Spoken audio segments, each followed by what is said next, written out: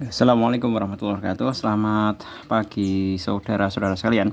Pak Jul di sini akan mau membahas mengenai bab kelima mata pelajaran biologi perubahan dan pelestarian lingkungan hidup. Mengenai materi silahkan dicari di literatur sendiri ya. Di sini Pak Jul akan membahas beberapa macam pertanyaan diskusi. Jadi ini nanti sifatnya diskusi ya. Jadi ada pertanyaan maupun pernyataan, kita dimintai untuk mengenai pendapatnya, atau ada juga nanti pertanyaan. Jadi ini merupakan isi diskusi yang ada di dalam materi bab kelima perubahan dan pelestarian lingkungan. Jadi saya tidak akan menyampaikan materi, tapi yang saya bahas adalah materi diskusinya. Seperti itu ya. Kalau masalah materi kan bisa dibaca sendiri. Kita mulai dari yang pertama di sini. Sebenarnya pada poin A sebenarnya, tapi saya nggak mau buka lagi. Ini uji pemahamannya hanya ABC-an. Saya rasa kalian bisa mengerjakan sendiri. Saya fokus ke yang ini, materi soal yang kelima ini. Keseimbangan lingkungan adalah kemampuan lingkungan untuk mengatasi tekanan dari alam ataupun aktivitas manusia dalam menjaga kestabilan kehidupannya. Berilah tanda centang, benar atau salah pernyataan terkait keseimbangan lingkungan. Jika salah, ubah kalimatnya agar menjadi pernyataan yang benar. Nah, pertanyaan yang pertama. Sistem pertanian monokultur meningkatkan keseimbangan lingkungan. Nah, itu jelas salah ya. Monokultur itu maksudnya apa? Monokultur itu adalah kita menanam hanya satu jenis tanaman saja. Nah, itu memiliki efek apa kalau pada tanah ya? Kalau misalkan hanya ditanam satu jenis tanaman saja, itu akan mengakibatkan tanah itu mengalami kekurangan salah satu unsur hara. Unsur haranya itu kan otomatis banyak ya. Ada karbon, ada kalsium, ada fosfat, ada nitrat, nitrogennya, ada apa lagi? Ada oksigennya, kemudian ada fosfornya. Nah, kalau ditanam satu tanaman saja, karakteristik tanaman antara satu dengan yang lain itu kan tidak sama. Mungkin salah satu jenis tanaman itu butuh nitrogen yang banyak, tanaman yang lainnya lagi butuh fosfat yang banyak, tanaman yang lainnya lagi butuh kalsium yang banyak atau kalium yang banyak. Nah, kalau misalkan ditanam hanya satu monokultur atau dalam artian satu tanaman saja, itu pasti akan mengakibatkan kekurangan salah satu atau beberapa unsur hara karena dihisap oleh tanaman yang ditanam tadi. Seperti itu. Nah, ini kalau kita mau mengubah ke dalam pernyataan yang benar adalah sistem pertanian heterokultur atau multikultur meningkatkan keseimbangan lingkungan. Jadi kalau Pak Jul mengelola BUMDes ya, Badan Usaha Milik Desa, itu di tanahnya itu Pak Jul tanami tanaman cabai. Nah, di antara bedengan-bedengan tanaman cabai itu, di tengah-tengahnya itu Pak Jul tanam yang namanya kacang. Jadi misalkan konstruksinya seperti ini. Jadi misalkan ini kan bedengan. Nah, ini cabai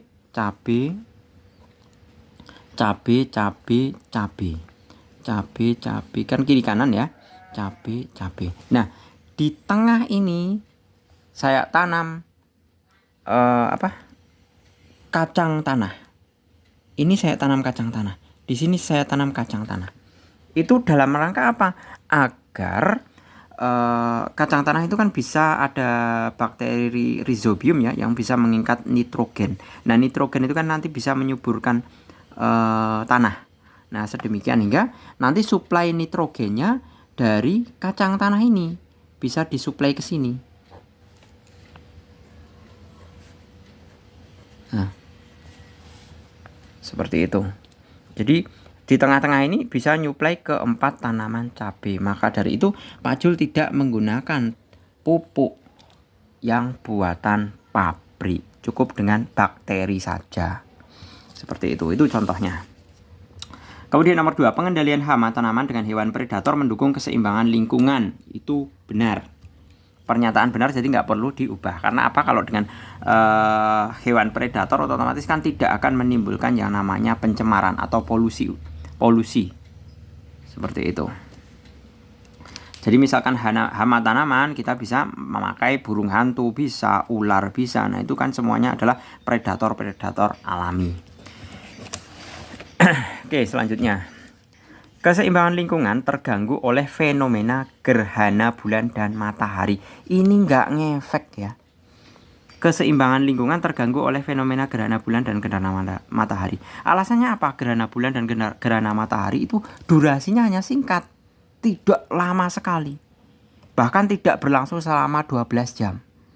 Nah, karena apa? Lingkungan itu utamanya adalah organisme autotrof atau organisme yang dapat berfotosintesis, itu hanya membutuhkan sinar matahari untuk fotosintesis sebagai sumber energi. Itu inti dari matahari.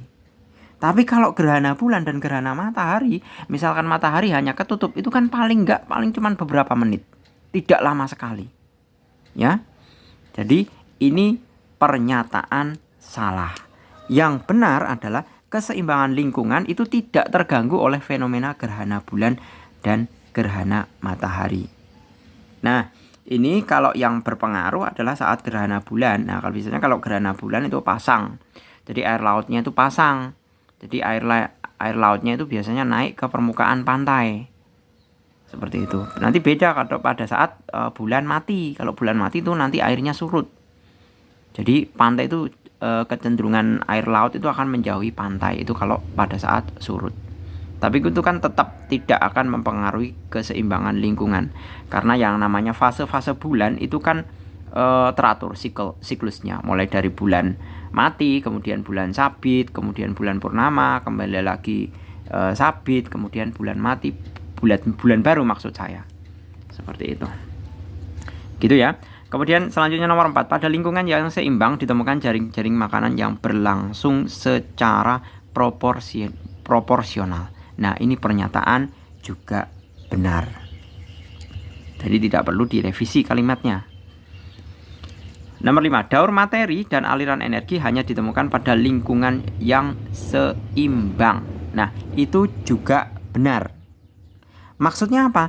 Kalau pada lingkungan yang tidak seimbang itu berarti pada salah satu materi itu macet di situ. Macet itu dalam artian tidak dalam komposisi yang proporsional. Jadi siklusnya macet, nggak ada siklus. Misalkan siklus karbon itu kan urut-urutannya mulai dari organik mati, kemudian diuraikan, kemudian kembali ke bentuk anorganik. Seperti itu. Jadi daur materi dan aliran energi hanya ditemukan pada lingkungan yang seimbang. Itu adalah pernyataan benar. Oke, kita lanjut ke subbagian pencemaran lingkungan. Di sini ada tes mengenai pengetahuan. Nah, ini bahan-bahan diskusinya ya. Bahan-bahan diskusinya seperti ini. Ini saya tidak mengulas lingkungan tempat tinggal Pak Jul. Tapi saya akan membahas secara umum. Ya, secara umum tempat yang mengalami pencemaran. Saya tidak mengulas tempat tinggal saya. Seperti itu. Yang pertama, pencemaran udara. Nah, karena saya di desa tentunya kan tidak terjadi pencemaran udara. Karena apa? Karena tumbuhan hijaunya itu semakin banyak. Tapi tidak tahu besok sebentar lagi karena domisili Pak Jul itu dibangun jalan tol kurang lebih ya 300 meteran lah dari rumah saya itu ada jalan tol. Itu nanti lain cerita besok apakah ada pencemaran udara atau tidak. Tapi kalau kondisi saat ini pencemaran udaranya masih minim karena masih tumbuhan tanamannya itu masih banyak sekali, masih rimbun.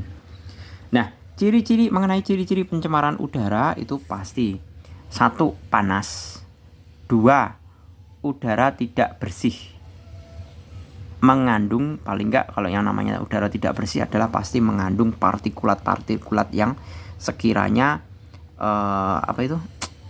bisa terlarut ikut di dalam udara. Itu istilahnya aerosol ya. Seperti itu. Aerosol itu kalau dalam sistem produk kayak macam spray, hair spray, kemudian minyak wangi, itu ada sistem aerosol. Jadi benda padat yang dilarutkan ke dalam bentuk gas. Nah, itu aerosol. Nah, itu tadi yang saya katakan ciri-ciri pencemaran udara itu manakala udaranya biasanya panas, kemudian tidak bersih, berkabut, berasap, itu sudah pasti ada pencemaran udara. Prediksi penyebab pencemarannya tentu pasti asap kendaraan bermotor itu paling banyak. Kemudian asap pabrik itu juga bisa. Kemudian kalau partikel debu, jelaga dan lain sebagainya, kalau debu itu utamanya biasanya karena tanah yang terkena misalkan proyek-proyek pembangunan atau jalan tol, misalkan pada saat musim kering itu pasti banyak debunya. Itu juga mencemari udara. Nah, kemudian partisipasi dalam mengatasi pencemarannya. Nah, itu tentunya kalau udara, kalau yang berhubungan dengan gas-gas pencemar, itu tentunya kita dengan menggunakan menanami pohon, gerakan penghijauan, reboisasi. Kemudian misalkan yang levelnya pencemaran udara yang tadi karena sistem aerosol itu tadi, itu kita bisa menggantinya dengan sistem-sistem yang lain. Kayaknya kemarin Pak Jul sudah menjelaskan, kalau nggak salah di mapel fisika ada sistem pengganti CFC ataupun aerosol, gas-gas pendorong pada produk-produk gas yang memakai tabung yang cara penggunaannya dengan cara disemprotkan. Itu yang produksi dari mana itu? Dari Pertamina. Itu udah Pak Jul bahas di fisika. Silakan dibuka materi fisikanya. Seperti itu. Gitu ya. Kita lanjut ke pencemaran air. Pencemaran air itu indikatornya gampang sekali. Kalau selama air itu berasa berbau atau dan berwarna, pokoknya satu dari ketiga kriteria itu ada, berarti air tersebut pasti tercemar. Nah, udah itu ciri-cirinya. Satu saja memenuhi kriteria dari ketiga tadi, pasti dia tercemar. Prediksinya itu mudah sekali. Pembuangan sampah ke sungai, penggunaan racun untuk menangkap ikan, bahan peledak untuk menangkap ikan. Kemudian biasanya kalau orang-orang desa itu kan pakainya potas itu loh, apotas istilahnya. Kalau di sini istilahnya apotas.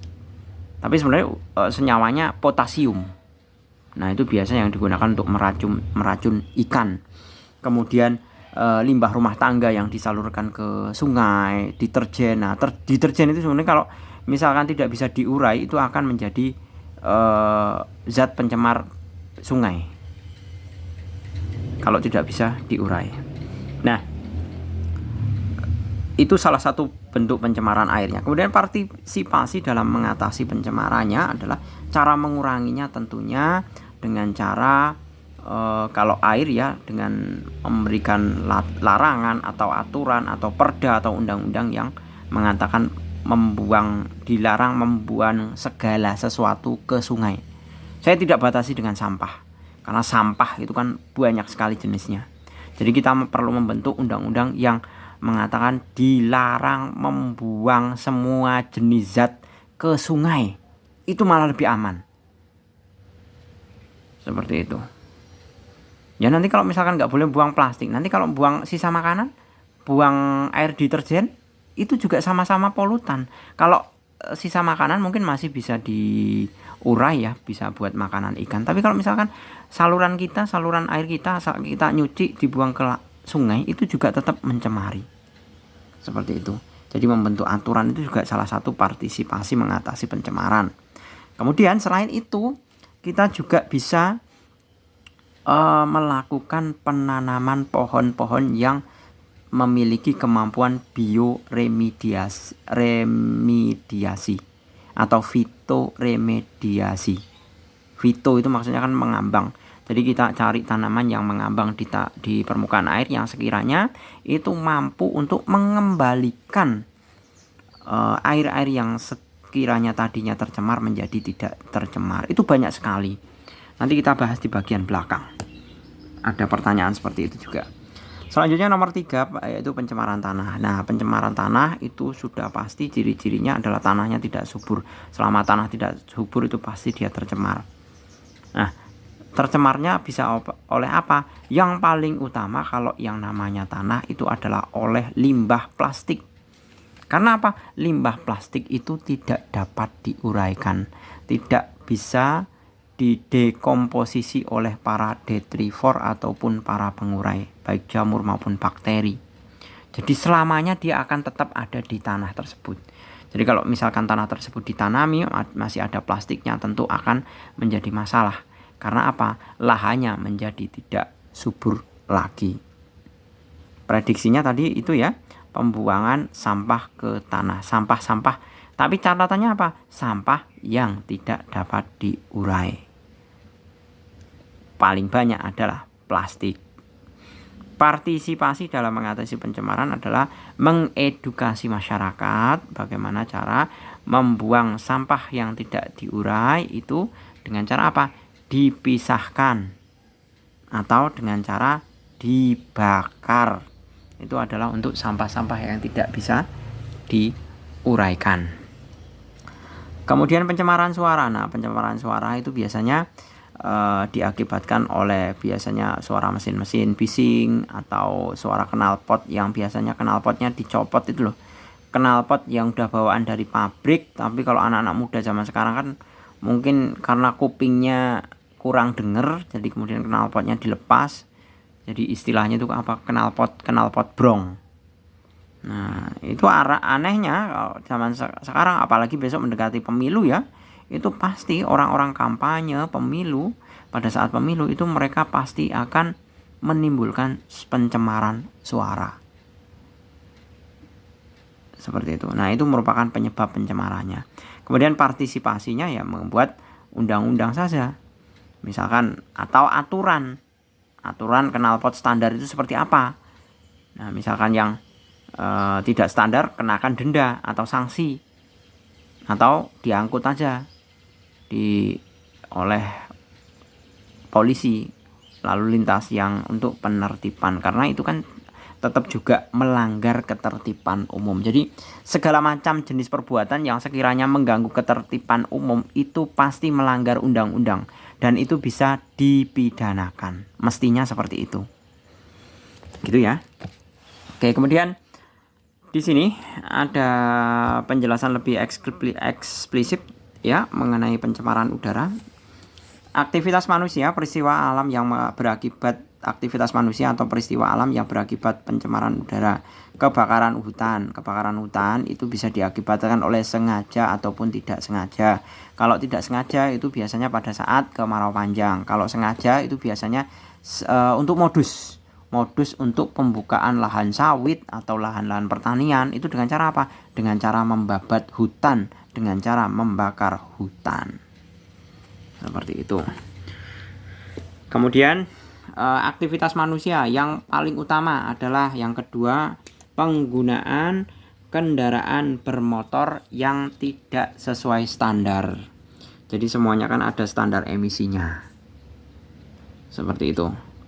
Jadi misalkan tadi penggunaan kendaraan bermotor yang tidak sesuai standar, ya pencegahannya adalah dibuat aturan mengenai standar minimal mesin yang menimbulkan emisi berapa persen. Seperti itu. Kemudian aktivitas manusia juga penggunaan bahan bakar fosil. Nah, bahan bakar fosil itu juga menyumbang pencemaran udara. Jadi semua yang kita pakai yang berasal dari minyak bumi maupun gas bumi itu tetap menyumbang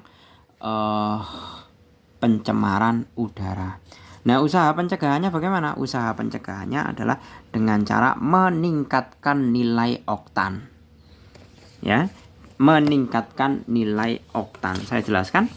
Jadi dulu kita mengenal bensin, istilahnya isi bensin ya, bensin yang namanya premium. Kemudian ada pertalite. Kemudian ada apalagi itu? Pertamax ya.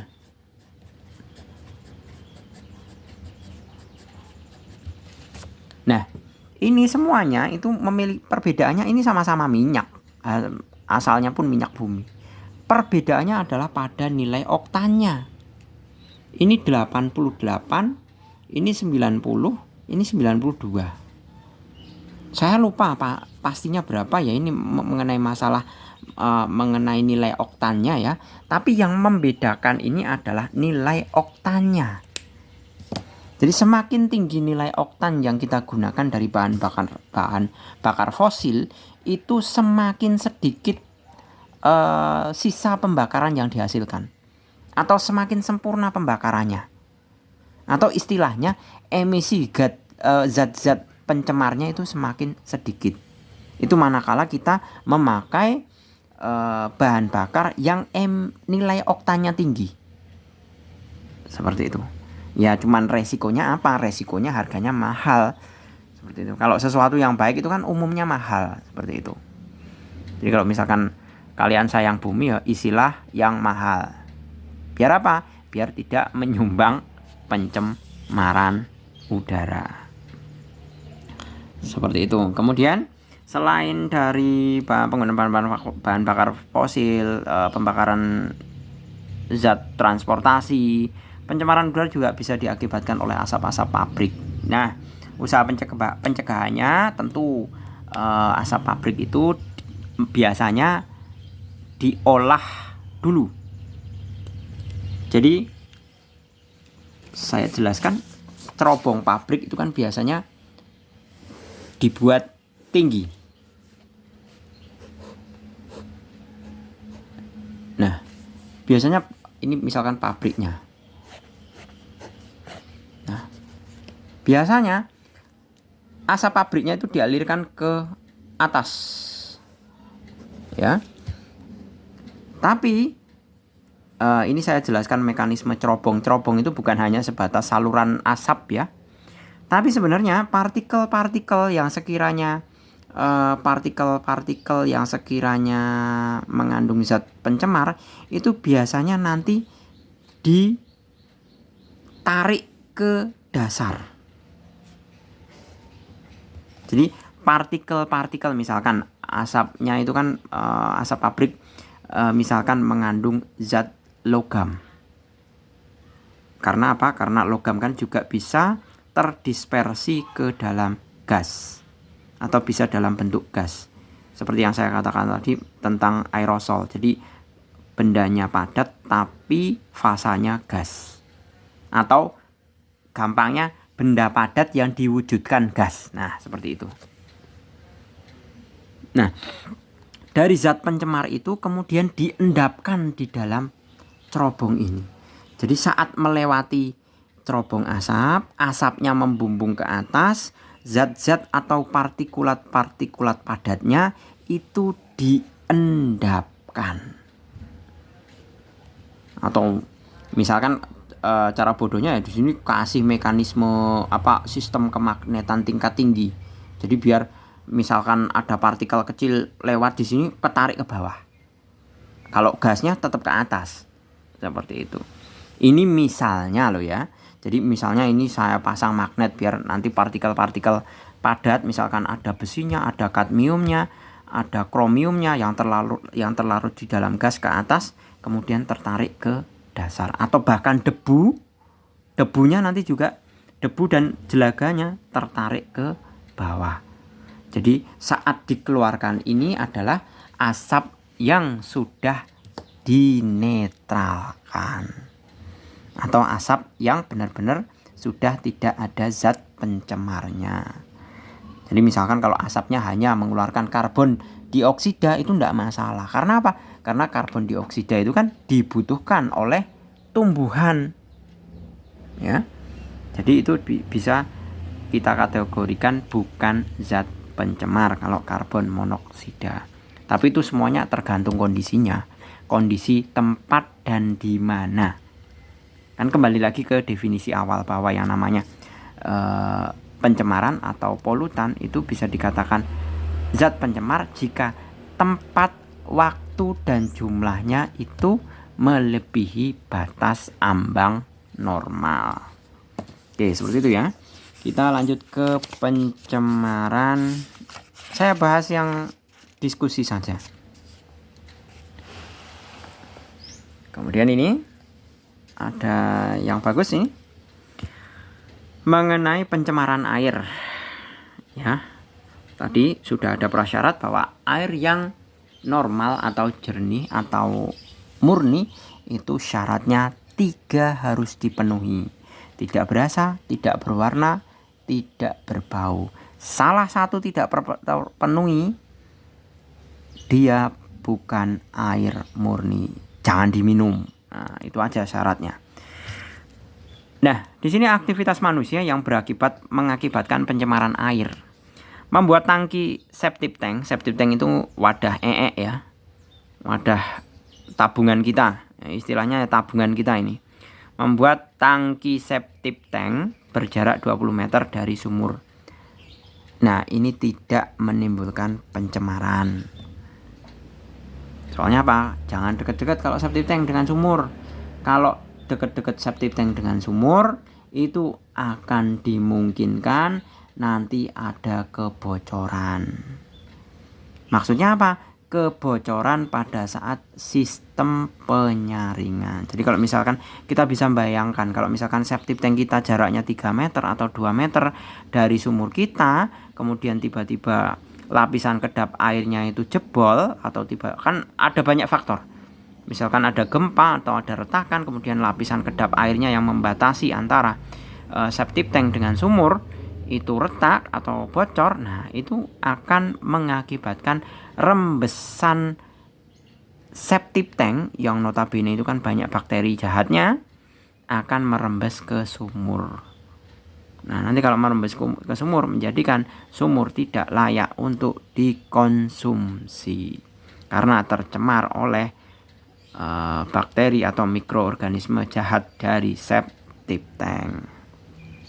Kemudian nomor 2, pengolahan limbah domestik pengaliran limbah domestik dari selokan ke sungai, yaitu mengakibatkan pencemaran. Itu jelas ya, mestinya adalah limbah domestik itu diolah dulu, atau istilahnya diberikan atau ditampung di dalam air penampungan sementara. Seperti itu. Biar apa? Biar semua limbah-limbah yang mencemari itu mengendap, tidak langsung ikut aliran air ke sungai, nanti yang akan mencemari sungai. Penyemprotan hama serangga dengan pestisida di sawah. Nah, itu pasti tentu mengakibatkan pencemaran air. Tapi tetap dengan catatan apa? Dengan catatan kalau selama penggunaan pestisidanya itu sesuai dosis, sesuai dosis dan tidak dalam jangka waktu yang sering, itu masih tidak masalah. Karena orang nyemprot kan tidak serta-merta itu kemudian larut dalam air. Kalau kita nyemprotnya pagi kemudian kena sinar matahari, itu kan dimungkinkan air semprotan kita kan langsung menguap. Tapi pestisidanya itu akan menempel di tanaman. Seperti itu. Jadi pestisida itu kan diencerkan dengan air. Nah, air itu hanya untuk membantu meratakan pestisida ke tubuh tanaman. Karena apa? Di dalam setiap pestisida itu ada zat perekatnya. Perekat apa maksudnya? Zat perekat pestisida adalah zat yang merekatkan pestisida itu ke dalam tubuh tanaman. Jadi bukan sebatas pestisida dicampur air disemprotkan selesai, enggak. Tapi prosesnya adalah pestisida campur air disemprotkan ke tanaman, terus dari perekat yang ada di dalam pestisida itu akan membantu merekatkan pestisida ke dalam tubuh tanaman. Agar apa? Agar awet. Jadi misalkan nanti kena angin misalkan nggak ada perekatnya ya, nanti kena angin langsung hilang. Jadi kan itu bolak-balik kita harus nyemprot. Nah, seperti itu sistem kerja pestisida. Makanya kan biasanya dosisnya nyemprotnya paling enggak ya sebulan, seminggu sekali atau 2 minggu sekali. Yang penting jangan sering-sering. Karena apa? Karena mekanisme pestisida seperti itu sudah punya sistem perekat yang akan menjaga tubuh tanaman dalam beberapa waktu. Itu tergantung dari efektivitas pestisidanya. Kemudian menimbun kaleng dan pecahan kaca sedalam 1 meter dalam tanah. Pecahan kaca dan kaleng sedalam 1 meter. Ya, ini tidak menimbulkan pencemaran ya.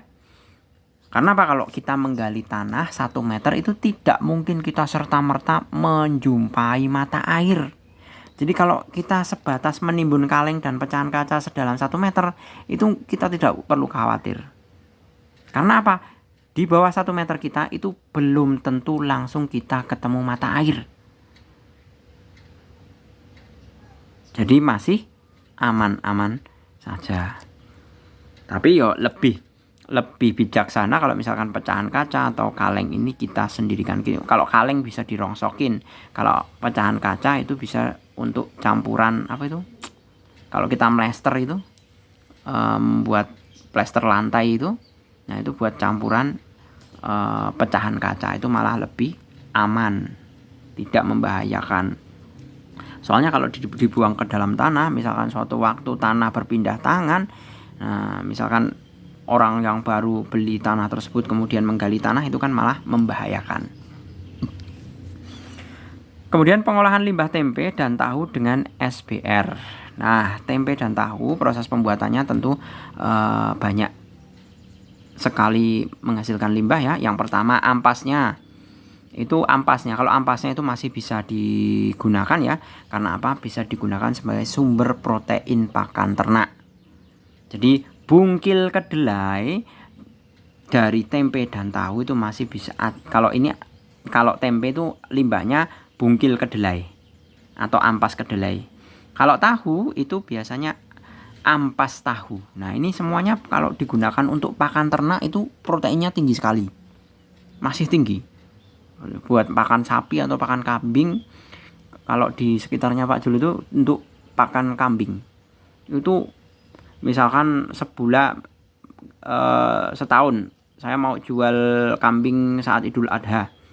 Saya 10 bulan saya kasih rumput. Nanti 2 bulan atau 1 bulan menjelang Idul Adha tambahin protein tahu, itu cepat gemuknya. Itu peternak di sekitarnya Pak Jul itu umumnya seperti itu. Ini dengan SBR tidak mencemari lingkungan ya. Jadi misal limbahnya itu dimasukkan ke dalam bak-bak reaktor atau bak-bak kontrol, itu kemudian dialirkan, diendapkan. Mekanismenya sama, diendapkan. Kemudian baru dibuang. Soalnya kalau misalkan langsung dibuang itu biasanya akan menimbulkan bau yang sangat menyengat, yang luar biasa, tidak enak, menusuk hidung malah. Oke, kita lanjut ya. Kita lanjut ke mana ini? Ke yang uji pemahaman. Di sini ada teks. Berdasarkan hasil penelitian di aliran sebuah sungai, parameter BOD biochemical oxygen demand dan COD chemical oxygen demand dan DO dissolved oxygen melebihi baku mutu berdasarkan peraturan pemerintah nomor 82 tahun 2001 tentang pengelolaan tingginya tingkat pencemaran berbahaya bagi kesehatan manusia yang menggunakan air tersebut dan juga membahayakan kehidupan makhluk hidup lainnya. Sebentar, tak perjelas dulu. Membahayakan kehidupan makhluk hidup lainnya. Di daerah tersebut tidak ada pabrik di sepanjang sungai, tetapi sempat ada orang-orang yang menangkap ikan dengan cara menaburkan racun. Sungai sudah tercemar sejak dari hulu sungai. Oleh karena itu hasilnya tidak akan signifikan jika dilakukan penanganan pencemaran hanya di daerah muara. Oke, pertanyaan pertama. Pengujian air dapat dilakukan dengan menggunakan parameter fisik, parameter kimia, dan parameter biologi. Berdasarkan teks bagaimana pengujian air yang dilakukan di sungai. Nah, berdasarkan teks pengujian air yang dilakukan di sungai itu berdasarkan parameter yang digunakan ya adalah BOD, COD, dan DO. Seperti itu. Jadi ada 3 ya parameternya. BOD Biochemical Oxygen Demand adalah ukuran kandungan oksigen terlarut yang diperlukan oleh mikroorganisme untuk menguraikan bahan organik di dalam air. Itu adalah BOD. Kemudian COD bukan gas on delivery ya. Chemical Oxygen Demand itu adalah ukuran kandungan oksigen yang diperlukan agar bahan buangan di dalam air dapat teroksidasi melalui reaksi kimia. Jadi agar bahan buangan yang dibuang ke air itu dapat teroksidasi secara kimia itu ditentukan oleh parameter COD. Kemudian DO adalah ukuran kandungan oksigen terlarut dalam air. Itu adalah parameternya. Kemudian jenis unsur apakah yang dipergunakan sebagai dasar dalam pengujian? Unsur jelas oksigen. BOD berdasarkan oksigen, COD oksigen, DO oksigen juga. Jadi unsurnya adalah oksigen. Apa perbedaan BOD, COD, dan DO? Sudah saya jelaskan tadi. 3. Berdasarkan teks tersebut, apa yang menyebabkan pencemaran air di sungai? Kalau di konteks ini racun ya, karena racun. Kemudian bagaimana cara menangkap ikan di sungai yang aman bagi lingkungan? Jelaskan. Paling aman itu dengan cara memancing. Ya. Karena apa? Memancing itu melatih kesabaran, di samping melatih kesabaran itu juga tidak merusak lingkungan. Tapi nanti jangan dibenturkan, wow, masa nelayan mau mancing. Nah, tapi kan ini konteksnya sungai. Ya. Boleh pakai jaring. Tapi jaringnya jaring yang standar. Jangan pakai yang model jaring pukat harimau atau cantrang. Karena apa? Kalau pakai cantrang sama pakai pukat harimau itu akan mengangkut semua ikan. Bahkan ikan kecil pun nanti terangkut. Seperti itu. Makanya penggunaan cantrang dan pukat harimau sekarang itu dilarang. Ya, jadi lebih bijaksana yo dengan cara apa? Dengan memancing atau dengan memakai jaring, tapi jaring yang standar yang sudah ditentukan mengenai kriteria yang sekiranya tidak memusnahkan biota hayati di sungai. Seperti itu. Kemudian nomor 5, tuliskan beberapa usulan cara penanganan pencemaran di sungai agar hasilnya signifikan. Nah, ini konteks masalahnya adalah racun. Jadi, sungainya udah tercemar oleh racun. Nah, otomatis usulan cara penanganannya adalah bagaimana cara kita menetralkan racun tersebut. Kalau misalkan dengan menyaring, tidak mungkin. Karena apa? Sungai itu luar biasa luas. Volumenya tinggi. Debitnya tinggi juga, alirannya deras. Kecuali kalau sungai-sungai di Jawa ya, sungai-sungai di Jawa itu kalau kemarau itu debitnya nggak ada malahan. Nah, yang lebih bijak adalah dengan cara menggunakan bioremediasi atau fitoremediasi. Bioremediasi adalah bagaimana kita memurnikan kembali air tanah atau air ya. Bukan air tanah. Kalau air tanah itu air di dalam tanah. Memurnikan kembali air dengan menggunakan organisme, yaitu tanaman atau organisme yang mengapung di air. Lebih tepatnya tadi, kalau fitoremediasi adalah tumbuhan yang melayang di air. Nah, beberapa tumbuhan yang bisa menetralkan ini ya, menetralkan ini jelas nggak ya? Saya nggak nemu pulpen yang hitam itu loh. Jadi ya udah saya menyabotase pulpen anak saya. Beberapa jenis tumbuhan yang sekiranya dapat digunakan ya. Yang pertama, tumbuhan obor. Tipe latifolia. Ini menyerap limbah logam. Kemudian eceng gondok. Eichhornia crassipes. Ini paling baik menurunkan kadar kromium pada limbah batik. Kemudian ada lagi kiambang. Ya. Kiambang. Kiambang ini nama tanaman loh ya. Ini berfungsi sebagai fitoremediator logam kadmium dan kromium. Kadmium CD dan kromium CR. Kemudian kita bisa memanfaatkan tanaman kayu apu. Berfungsi sebagai fitoremediator limbah cair, menurunkan jumlah BOD, COD, dan warna yang terkandung dalam limbah cair.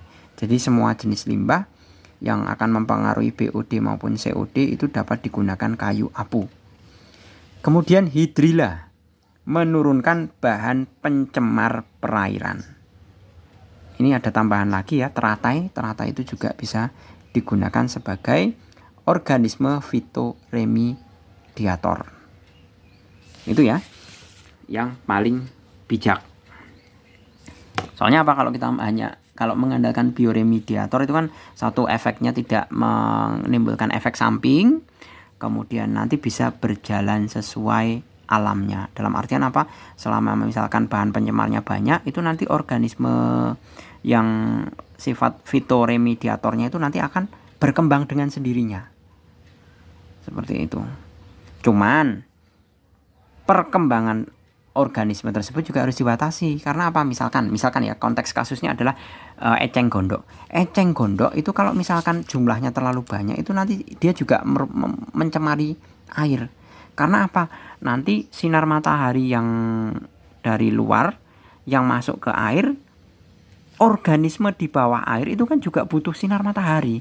Kalau misalkan semua permukaan air ditutupi oleh eceng gondok, itu otomatis bagaimana?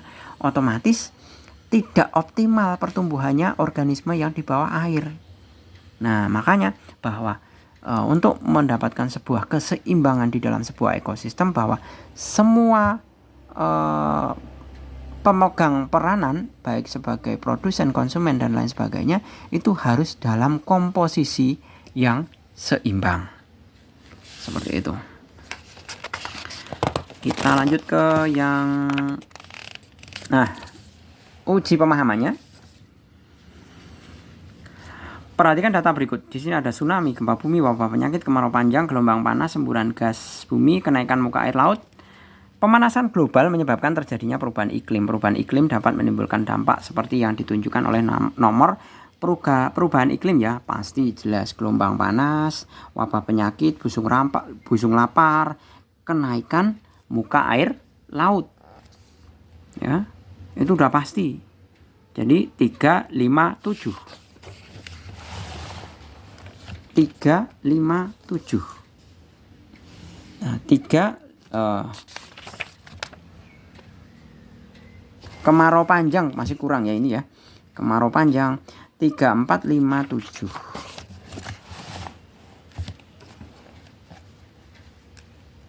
3, 4, 5, 7 benar. Nomor 2, Hari Ozon Internasional diperingati setiap tanggal 16 September. Gerakan yang sesuai dengan tema tersebut adalah larangan penggunaan tabung semprot aerosol, tidak mungkin ya. Larangan penggunaan kendaraan bermotor tidak, hemat dalam penggunaan energi listrik, nggak masalah.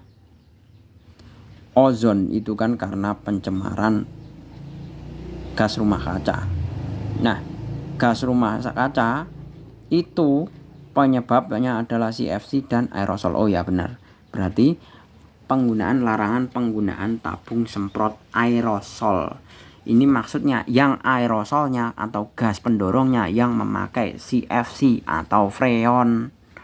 Kalau yang dulu saya bahas di fisika yang tidak pakai freon sama tidak pakai CFC, seperti gas yang diproduksi oleh Pertamina, itu boleh ya. Jadi ini jawabannya yang E.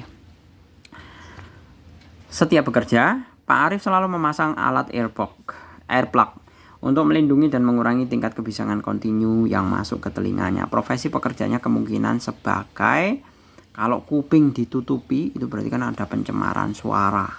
Biasanya yang mencemari suara adalah pelatih atlet nembak, biar kupingnya tidak budak. Seperti itu. 4. Pertumbuhan eceng gondok yang sangat cepat hingga menutupi permukaan air di danau dan rawa-rawa dipicu oleh peristiwa eutrofikasi yang dapat disebabkan oleh eutrofikasi itu adalah penumpukan senyawa nitrogen dan fosfor penumpukan senyawa nitrogen dan sulfur yang tinggi. Ya. Jadi nitrogen itu kan sebenarnya sumber protein. Nah, eceng gondok dikasih protein banyak, otomatis jadi lebih banyak. Perkembangannya cepat, terus menutupi permukaan air. Nah, itu karena proses eutrofikasi. Nah, penyebabnya apa? Biasanya karena pupuk kimia yang pertama. Kemudian kalau sampah daun itu tidak. Ini pupuk kimia dan apa ya ini ya? Deterjen ya, seperti itu.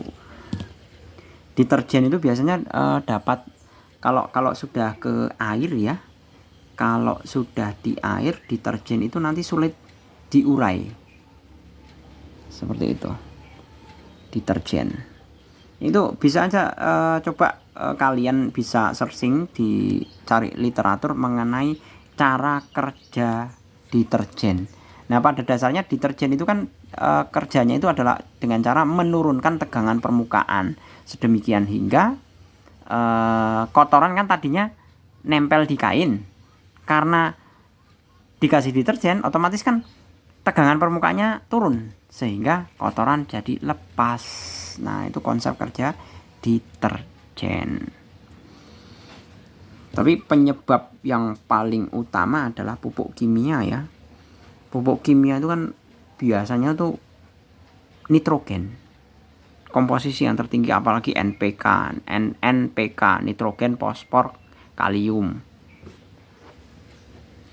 Karena pada dasarnya di tanah itu sebenarnya kekurangan nitrogen. Nah, agar ada nitrogennya gimana? Dikasih pupuk. Cuman kadang-kala kalau tanah dikasih pupuk terus-menerus, dikasih nitrogen terus-menerus, itu kan sedemikian hingga nitrogennya kebanyakan. Padahal sifat nitrogen itu larut di dalam air, kena air hujan, larut, masuk ke danau atau sungai. Sedemikian hingga ada proses yang menyebabkan proses eutrofikasi ini.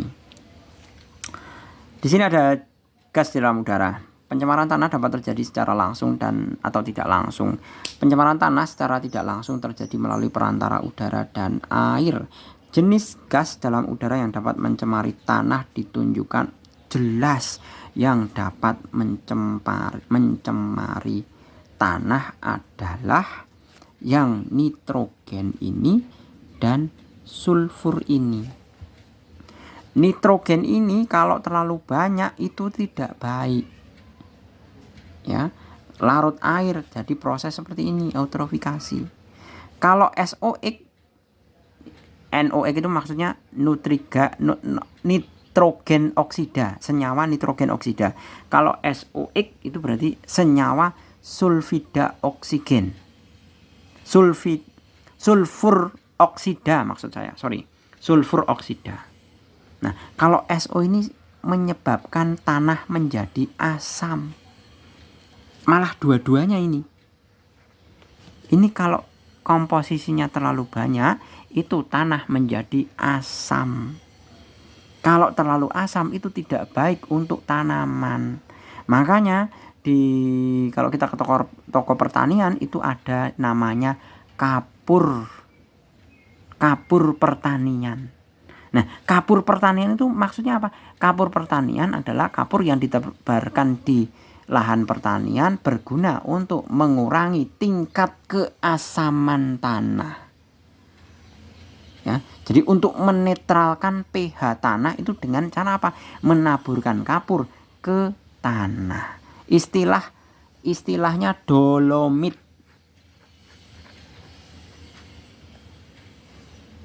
Ya. Kapur dolomit atau kapur pertanian. Itu kandungan utamanya adalah CaO, kalsium oksida.